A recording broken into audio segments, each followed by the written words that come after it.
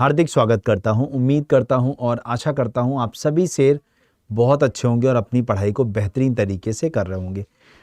तो जितने भी हमारे एमटीएस हवलदार के छात्र हैं उन सभी लोगों के लिए एक अपडेट ये था कि आप लोग के फॉर्म का जो एप्लीकेशन स्टेटस होता है, मतलब आपका फॉर्म एक्सेप्ट हुआ है या आपका फॉर्म रिजेक्ट हुआ है, ये होता है एप्लीकेशन स्टेटस।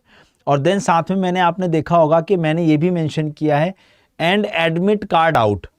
तो बेटा आप लोग में से बहुत सारे बच्चे ये कंफ्यूज होते हैं कि सर अभी मेरा एप्लीकेशन स्टेटस आया है, एडमिट कार्ड नहीं आया। बेटा यही जो आपका एप्लीकेशन स्टेटस है यही आपका एडमिट कार्ड बन जाता है, क्योंकि इसमें ये बता दिया जाता है आपका फॉर्म एक्सेप्ट हो गया और फला फला तारीख को आपका एग्ज़ाम कंडक्ट होगा इस शहर के अंदर।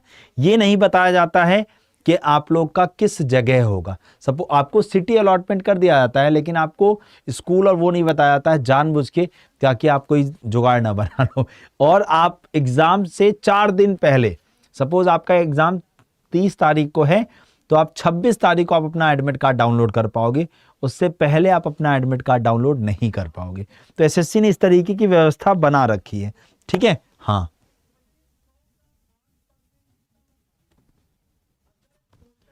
अब यहां पर देखो आपको करना क्या है। आप ये देखो एसएससी की वेबसाइट दिखाई दे रही है बेटा, आपको एसएससी की पुरानी वेबसाइट पे जाना है। एसएससी की पुरानी वेबसाइट का नाम क्या है बेटा? ssc.nic.in। एसएससी की पुरानी वेबसाइट का नाम क्या है? ssc.nic.in। इस पर जाओगे और यहाँ देखो एडमिट कार्ड का ऑप्शन दिख रहा है, इस पे चले जाना। जैसे आप एडमिट कार्ड वाले ऑप्शन पे पहुंचते हो, अब ये देखो आपके सारे रीजन्स की वेबसाइट खुल के आ जाएगी। सभी रीजन्स यहाँ पर दिखाई दे रहे हैं, ठीक है। अब एक एक करके मैं चेक करता हूँ, देखता हूँ, बताता हूँ किसका किसका स्टेटस आ चुका है और एडमिट कार्ड आ चुका है। स्टेटस ही एडमिट कार्ड होता है, बस इतना ध्यान रख लो। अलग से एडमिट कार्ड कोई चीज़ नहीं आती। स्टेटस में ये बता दिया जाता है कि आपके फॉर्म को एक्सेप्ट कर लिया गया है, रिजेक्ट कर दिया गया है। और रिजेक्ट किया गया है तो उसके पीछे रीज़न लिखा होता है कि किस लिए रिजेक्ट हुआ है, फोटो से, साइन से, या कोई और डेटा मिसमैच हुआ है उसकी वजह से। और आप लोग को एक अच्छी बात बताऊं कि आप लोग के एमटीएस के एग्ज़ाम, एमटीएस हवलदार को ध्यान में रखते हुए, एमटीएस हवलदार 2024 के एग्ज़ाम को ध्यान में रखते हुए मैं रात 10 बजे आप लोग के लिए रीजनिंग की क्लास लेकर आ रहा हूं। सुन लो, एसएससी एमटीएस हवलदार को ध्यान में रखते हुए, एसएससी एमटीएस हवलदार के एग्ज़ाम को ध्यान में रखते हुए, क्योंकि आपकी एमटीएस हवलदार की जीएस की क्लास तो चल रही है, इंग्लिश की क्लास चल रही है, आपकी रीजनिंग की आई थिंक नहीं चल रही है।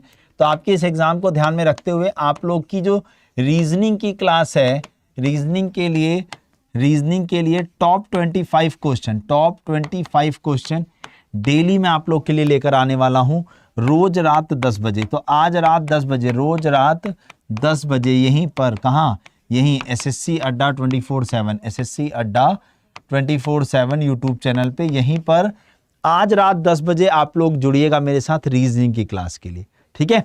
ये बात ध्यान रखिएगा। तो आज रात 10 बजे आपसे मुलाकात करूंगा मैं।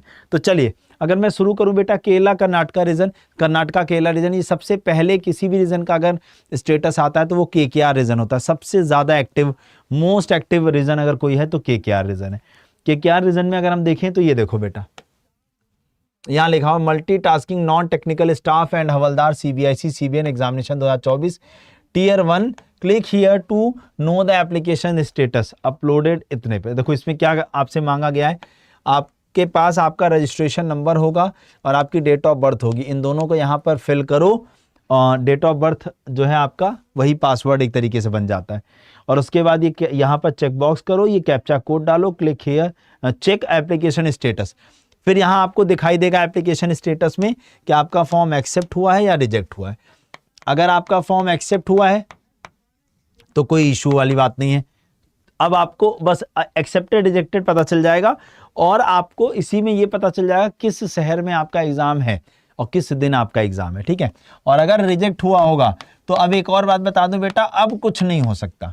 अब अगर आप ये सोचो फॉर्म रिजेक्ट होने के बाद क्या सर अभी भी कोई चांस है, कोई उम्मीद है कि हम मेल करें या हमारा फॉर्म एक्सेप्ट हो जाए, तो अब कोई उम्मीद नहीं है। इसीलिए एसएससी कहता है कि जब हम मॉडिफिकेशन देते हैं आपको कि आप अपनी की गई गलतियों